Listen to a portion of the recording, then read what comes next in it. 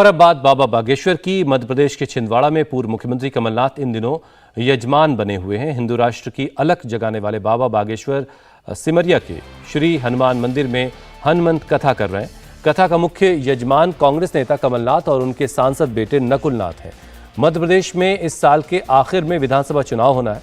ऐसे में कमलनाथ ने जिस तरह से बीजेपी के हिंदुत्व के मुद्दे को हाईजैक किया है, उससे काफी संख्या में हिंदू वोट बैंक डाइवर्ट हो सकता है। पंडित धीरेन्द्र शास्त्री को बुलाने के बाद ऐसा अनुमान कांग्रेस लगा रही है। स्वागतम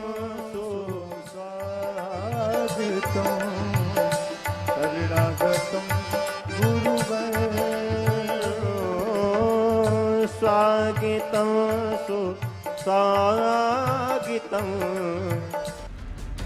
हिंदुत्व के मुद्दे पर किनारे करने वाले कांग्रेस नेता अब भगवा हो गए हैं।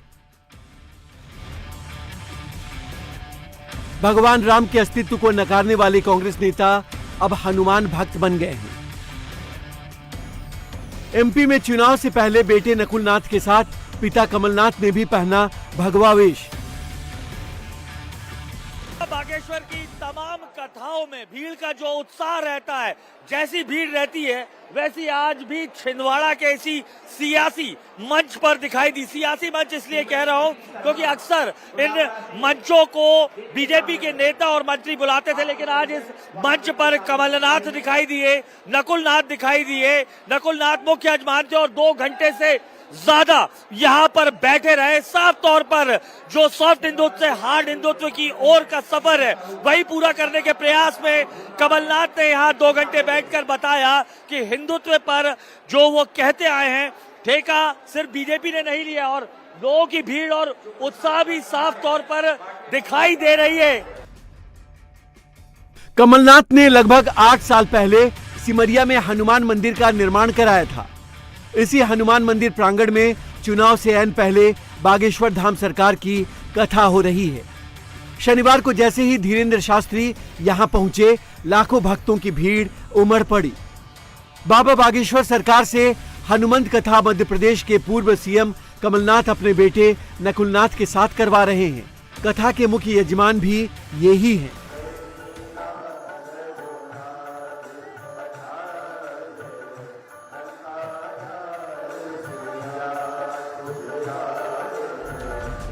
कमलनाथ हनुमंत कथा से एक तीर से 2 निशाने साधने की कोशिश कर रहे हैं। एक तरफ तो कुछ महीने बाद मध्य प्रदेश में विधानसभा चुनाव है, तो अगले साल लोकसभा चुनाव है। विधानसभा चुनाव में वो अपने लिए और लोकसभा चुनाव में बेटे नकुल नाथ के लिए पिच तैयार कर रहे हैं। यही वजह है कि जब कमलनाथ ने माइक थामा तो उनकी जुबान पर ना तो सनातन था, ना जय श्री राम का नारा। उनकी जुबान पर केवल अपना सियासी एजेंडा था। भारत कोई आर्थिक शक्ति नहीं है, भारत कोई मिलिट्री शक्ति नहीं है, पर सबसे बड़ी शक्ति भारत की आध्यात्मिक शक्ति है। और महाराज जी, आप उसके प्रतीक हैं, हमारे आध्यात्मिक शक्ति के प्रतीक हैं। और आप सब जो यहां हैं, आप इस आध्यात्मिक शक्ति के रक्षक हैं। आज भारत कैसा देश है? इतने धर्म, इतनी जातियां, इतनी भाषाएं, इतनी देवी, इतनी देवता, इतने त्योहार। ये अपना भारत है, हमें अपने भारत को समझना है। भाईचारा है, हमारा मुकाबला किसी से नहीं है। हमारा मुकाबला तो गरीबी से है, हमारा मुकाबला बेरोजगारी से है, हमारा मुकाबला अत्याचार से। ये आज हमारे सामने स्थिति है। कमलनाथ ने भले ही मंच से एक बार भी राम का नाम न लिया हो, लेकिन बागेश्वर सरकार ने व्यासपीठ से ही अपना एजेंडा पूरे छिंदवाड़ा को बता दिया कि अगर बागेश्वर सरकार का आशीर्वाद चाहिए तो राम राज्य के रास्ते पर चलना पड़ेगा। मंदिरों में भीड़, सड़कों पर तूफान चाहिए। अब तो पूरे भारत में राम राज्य भरा हिंदुस्तान चाहिए। भारत के लोगों, राम के चरित्र को अपने दिलों में रखिए। आप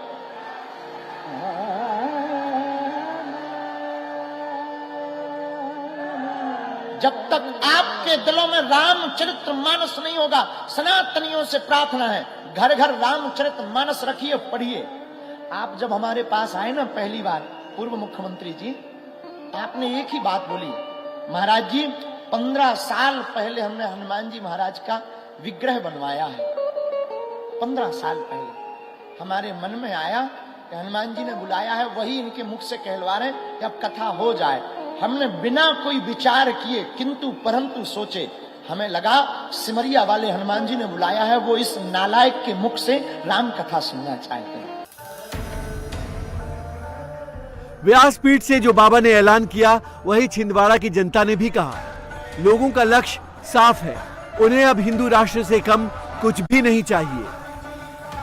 महाराज जो भी संकेत दे रहा है हिंदू राष्ट्र बनाने में संकेत दे रहा है, और हम जागेंगे और हम हिंदू राष्ट्र बना के रहेंगे। भारत हिंदू राष्ट्र बनकर रहेंगे।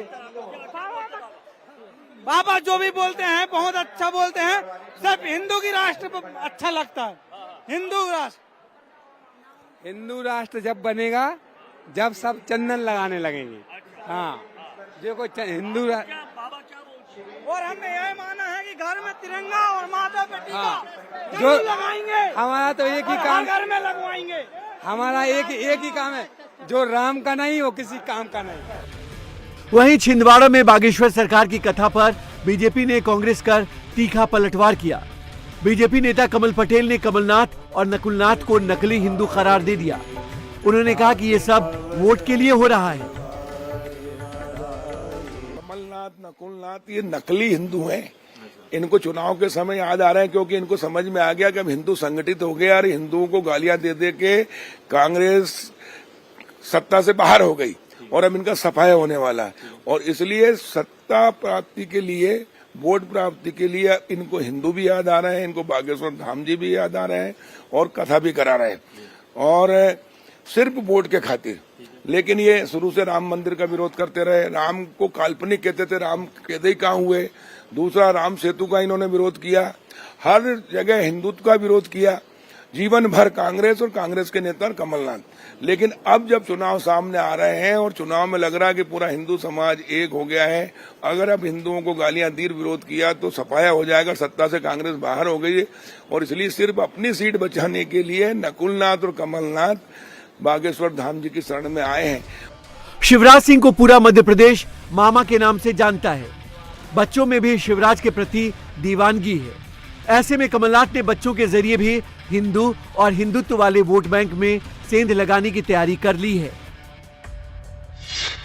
इसके लिए छिंदवाड़ा के 11 ब्लॉक के 300 से ज्यादा स्कूलों में 14,000 बच्चों में सुंदरकांड, बालकांड ज्ञान प्रतियोगिता कराई गई।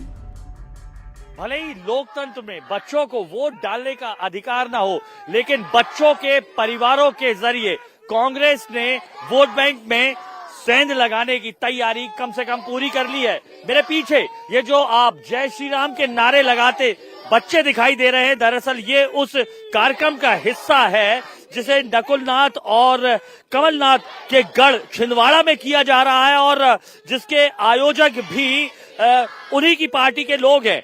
साफ तौर पर ये आप प्रमाण पत्र अगर देखेंगे तो इन पर कमलनाथ, नकुलनाथ और बाबा बागेश्वर की तस्वीर दिखाई दे रही है। साथ में बजरंग बली की भी तस्वीर दिखाई दे रही है। तमाम वो छात्र हैं जो चयनित हैं, और साफ तौर पर अगर देखा जाए तो इनके जरिए जो मिशन था, मिशन है भी कमलनाथ का, कि इन बच्चों के जरिए ये बच्चों में छवि करने की कोशिश की जाए कि दरअसल कांग्रेस में भी हिंदुत्व अभी है। इस प्रतियोगिता की खास बात यह है कि बच्चों को जो प्रमाण पत्र बांटे गए उनमें नकुलनाथ, कमलनाथ और बाबा बागेश्वर की तस्वीर है। कमलनाथ इससे पहले मुरारी बापू की राम कथा छिंदवाड़ा में करा चुके हैं। इस वक्त सिमरिया में बागेश्वर सरकार की कथा चल रही है और आने वाले दिनों में पंडित प्रदीप मिश्रा को छिंदवाड़ा लाने की तैयारी है। जाहिर है कथा के जरिए कमलनाथ हिंदुवादी छवि बनाने की कोशिश में है, लेकिन चुनावी मौसम में कांग्रेस की यह हनुमंत भक्ति कमलनाथ को कितना फायदा पहुंचाएगी, ये तो आने वाला वक्त ही बताएगा। इंडिया टीवी हर वक्त हर जगह डाउनलोड करने के लिए सर्च करें India TV news Google play store या ऐप स्टोर पर।